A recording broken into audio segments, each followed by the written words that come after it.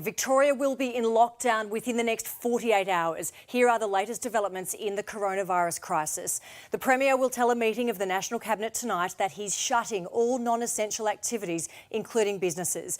That includes schools from Tuesday. The AFL today postponed the 2020 season. And the Prime Minister unveiled a $66 billion stimulus plan to help Australians survive.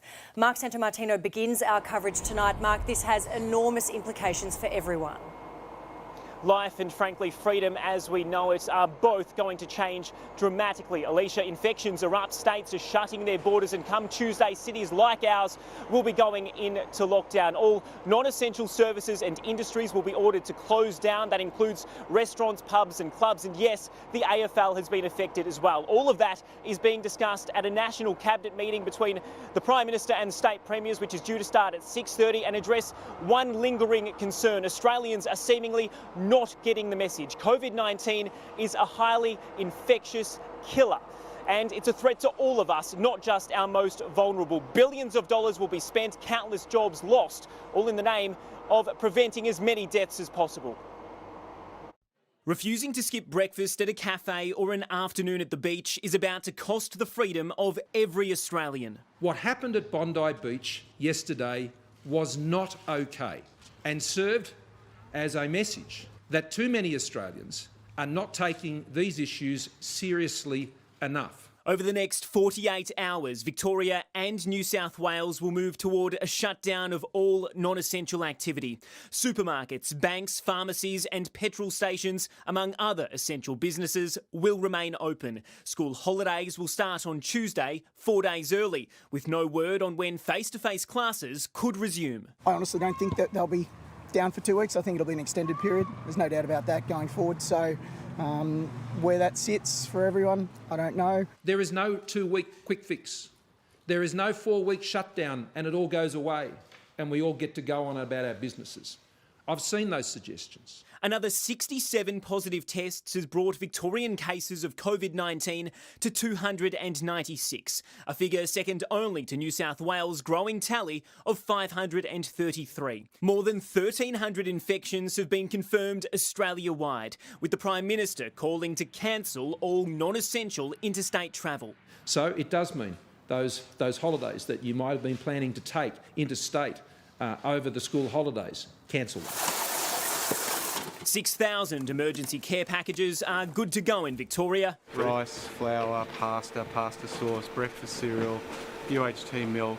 As the state prepares to support the isolation of up to 10,000 vulnerable people. It's for those people who don't have the support that many of us do have, through family, friends, neighbours and the like. This program will ensure that everyone gets food when they need it, where they need it, across the state, regardless of where they live. It's unclear how the shutdown will affect nursing homes. Visits have already been limited to one relative per day in Victoria, with everyone asked to reconsider seeing family and friends at all. I would be encouraging that people really consider how essential gatherings are at this point in time, whether you can do it by Skype instead. It's a simple plea.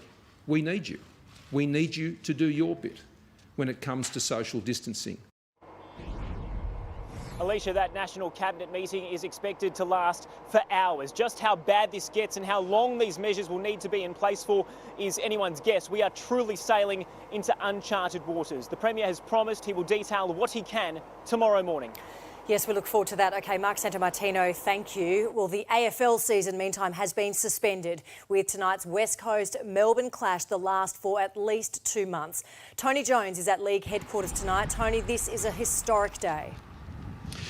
Alicia, a historic day and a very, very sad one for all concerned, and for a group of people in particular. We'll get to that in just a moment. But this is the situation as it stands at the minute, and that is that all competition has been suspended until at least May the 31st. Now, we know as this crisis develops, it's developing on an hourly basis almost, and that May 31 deadline could very well extend. There is a time frame of April 30. That's when it will be reassessed. Now, there's nothing at this stage to suggest that the May 31 2021 deadline will come forward. If anything, it is going to be pushed back. The announcement today by the AFL, as we take a look at some of the matches today, was actually made during the half-time interval of the Hawthorn-Brisbane game. Now, that is an extraordinary circumstance in itself, to think that the competition was put on hold midway through a game. And, of course, there's another one happening tonight, Melbourne and West Coast. There is an immediate impact to the competition. All training will cease as of now. The clubs over the next 48 hours will work closely with the AFL to determine just what they do with their finances. There is a real risk here for some of the poorer clubs, if we can say that they will simply go to the wall. The one saving grace, I guess, is the announcement from Federal Treasurer Josh Breitenberg today that he will in fact offer assistance packages. That is of some relief. But look, Gil McLachlan, he faced the media about an hour and a half ago. Fair to say he was extremely drained and extremely disappointed. We knew this day was coming. We hoped it would be a little further down the track, but we also knew that it was possible today. And so as soon as the measures hardened to accept that we need to play our role in working with those and leading. And I know the government's been generous to say we could play on, or it's up to us, but it's time now to for our communities, for our game, for our people to suspend for 60 days. It's such a tough announcement to make, isn't it? So, look, the AFL, if nothing else, they're a resilient lot. They don't have their heads in the sand, but they are determined to press ahead with the competition, the remaining 144 games and the finals. We're outside Marvel Stadium at the moment, league headquarters. They own this stadium. They've got it until the end of December. It's not beyond the realms that the grand final could be played as late as around Christmas time. But you could only imagine what it was like when the Commission briefed the CEOs today that their season is on hold indefinitely. I think they're shocked. Things become very real in the last couple of hours. And it's going to be a very real few days. Yeah, so as I said, the men's competition on hold until May the 31st at the very earliest. The women's competition, I'm afraid, they've only just started their finals. That is gone. No more finals, no grand final, no premier to be crowned whatsoever. So that is extremely disappointing, and that in itself was a really hard decision to make. So, look, we know this is going to be a really tough time for footy fans in general, but please, the only moral support we should be offering at the moment are to the hundreds and hundreds of personnel at the AFL and club level who will be losing their jobs as early as this week, Alicia. Yes, well said, Tony. Thanks very much for that, Tony Jones. Well, everyday life in Melbourne is certainly changing rapidly, along with the things we take for granted. Kari-Anne Greenbank is on the Swan Street Cafe Strip in Richmond tonight. Kari, what's the mood like where you are? Well, Alicia, things are obviously noticeably quieter in Richmond, but here at Union House at the moment, locals are taking it in their stride, trying to get in their last drinks ahead of this looming lockdown. Now, the Premier has announced that he will be speaking with the National Cabinet tonight to talk about over the next 48 hours bringing in this lockdown of all non-essential services, which of course includes bars, clubs and restaurants. For those here on Swan Street this afternoon, they say they expected it was only a matter of time.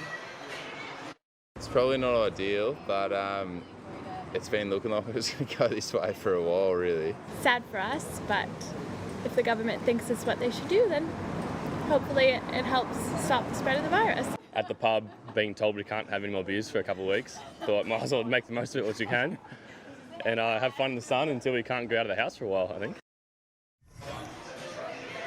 And just a reminder, Alicia, of course, essential services remain open. They include supermarkets, banks, pharmacies and convenience stores. OK, Kari, thank you.